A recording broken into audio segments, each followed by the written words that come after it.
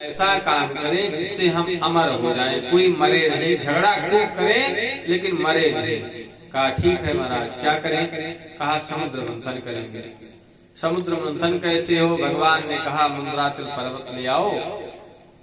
भगवान ला करके रख देंगे समुद्र में, और वासुकी नाग की रस्सी बनाई गई।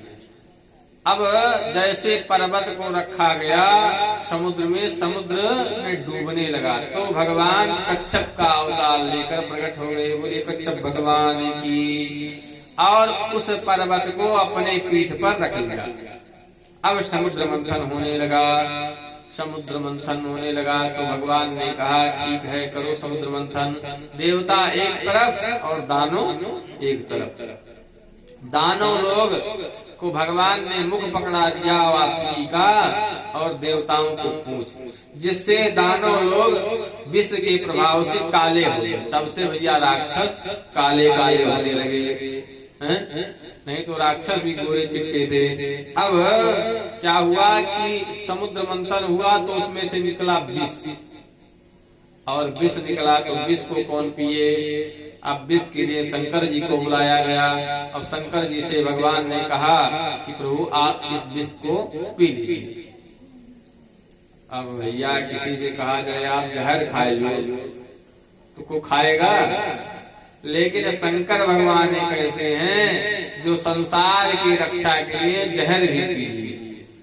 शंकर जी ने जहर पीकर पचा भी लिया। कैसे पचा लिया कि शंकर जी हमेशा भगवान का नाम जपते हैं। कहते हैं देव देव महादेवा भूतात्मन भूत भावना त्राहिना सुरनापन्ना त्रैलोक्य दहना।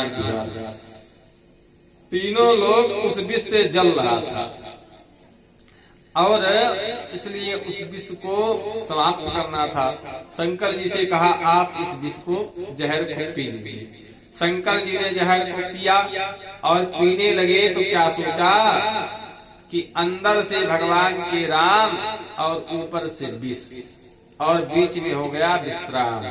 यही बीच में रोक लिया और कंठ में भगवान के विष रुक गया। इससे हो गया कंठ नीला। बोले नीलकंठ भगवान की।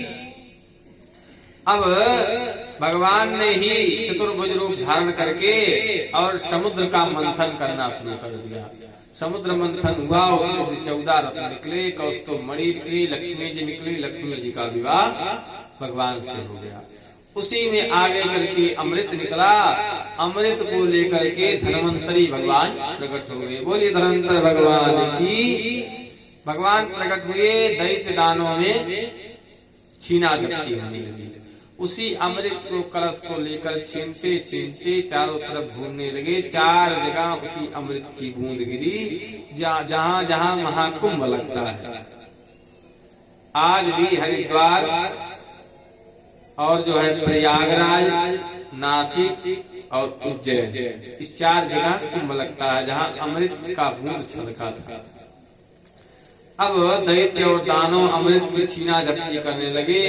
भगवान ने मोहिनी का अवतार बनाया। भगवान मोहिनी बन गए। दैत्य सब मोहित हो गए भगवान के रूप को देखकर। दैत्यों ने कहा आप जो चाहें वो करें। भगवान मोहिनी ने देवताओं को एक तरफ बैठाया, दैत्यों को एक तरफ। कहा मैं अमृत पिलाऊंगा। एक काम करता हूँ, ऊपर का जो है पानी ये देवताओं को पिला दे रहा हूँ, और नीचे का गाढ़ा गाढ़ा अमृत दैत्यों को पिला दूंगा। दैत्य प्रसन्न। भगवान जो है नृत्य करते हुए देवताओं को पिला रहे थे अमृत। उसी में एक चित्रकेतु नाम का राक्षस था, वह आ गया और सूर्य चंद्रमा के बीच बैठ गया। अब जब बीच में बैठ गया देवता का रूप रख करके, तो जो है अमृत भगवान ने उसको भी पिला दिया। सूर्य और चंद्रमा ने कहा प्रभु ये राक्षस है। भगवान ने उसका गला काट दिया। इसी से वो 2 भाग में बट गया। उसका नाम हो गया राहु और केतु। तब से वो 9 ग्रह में आ गया, और तभी से राहु जो है मुख है, और मुख भगवान सूर्य को चंद्रमा को ग्रहण करता है, ग्रस्ता। तभी से सूर्य ग्रहण चंद्र ग्रहण लगने लगा। इस प्रकार जो है भगवान ने अमृत पिलाया देवताओं को, और दैत्य लोग अमृत से वंचित हो गए। अब दैत्य लोगों ने क्या किया, दैत्य सारे इकट्ठा हुए, शुक्राचार्य के पास आए। शुक्राचार्य ने कहा ठीक है, एक काम करो, यज्ञ करो और ब्राह्मणों की सेवा करो। यज्ञ होने लगा, ब्राह्मण की सेवा होने लगी। उसके प्रभाव से महाराज बलि बहुत बलशाली हो गए और जो देवता थे वे अमर थे, फिर भी उनको मार मार करके भगा दिया दैत्य। कहते भैया इस प्रकार यज्ञ और दान करने का फल है। यज्ञादि बहुत पर्जन्या पर्जन्याद अन्न संभवा अन्नादि बहुत भूतानी। कहते हैं यज्ञ करने से क्या होगा, वर्षा होगा, बारिश समय पर होगी तो अन्न होगा, अन्न से सारी प्रजा सुखी होगी और उसी से फिर यज्ञ होगा, फिर यज्ञ होगा तो फिर वही क्रम चलेगा। इस प्रकार यज्ञ आदि करते रहना चाहिए। अब वामन ने सोचा कि अब जो है जो बलि थे, बलि ने क्या किया, यज्ञ करके जितने देवता थे सबको मार करके भगा दिया, सिंहासन को अपने अधीन कर लिया। शुक्राचार्य ने कहा भैया ऐसा है कि आपको सिंहासन हमेशा के लिए चाहिए तो अपना बहुमत सिद्ध कर लीजिए। बहुमत क्या, 100 यज्ञ कर लीजिए अश्वमेध, तो आप हमेशा के लिए इंद्र बन जाएंगे। अगर बहुमत नहीं है तो सिंहासन आपके हाथ से चला जाएगा। तो इसे भैया आज भी मुख्यमंत्री प्रधानमंत्री बनने के लिए बहुमत सिद्ध करना पड़ता है, वैसे इंद्र बनने के लिए 100 अश्वमेध यज्ञ करना पड़ता है। जो 100 अश्वमेध यज्ञ कर ले वो इंद्र हो जाता है। इसीलिए जब कोई पूजा पाठ कथा सुनता है तो इंद्र विचलित होने लगते हैं कि कहीं कुछ ऐसा ही न कर ले कि हमारा सिंहासन छीन ले, यही इंद्र बन जाए। अब इस प्रकार जो है यज्ञ होने लगा, 99 यज्ञ पूरा होगा। देवता घबरा गए कि महाराज 100 पूरा हो जाएगा तो हम तो वंचित हो जाएंगे स्वर्ग से। हुआ क्या, अदिति ने पयोव्रत नामक व्रत किया। अब अदिति के गर्भ से भगवान वामन का जन्म हुआ। बोली वामन भगवान की। 52 अंगुल के हैं भगवान, छोटे से 52 अंगुल के। और सभी ब्रह्मा जी ने उनको कमंडल दिया और बृहस्पति ने उनको जो है दीक्षा दिया, जनेऊ किया, कहा कि जाओ भिक्षा मांगो। भिक्षा में तीनों त्रिलोक चाहिए। वह वामन चले और बलि के यहाँ पहुंचे।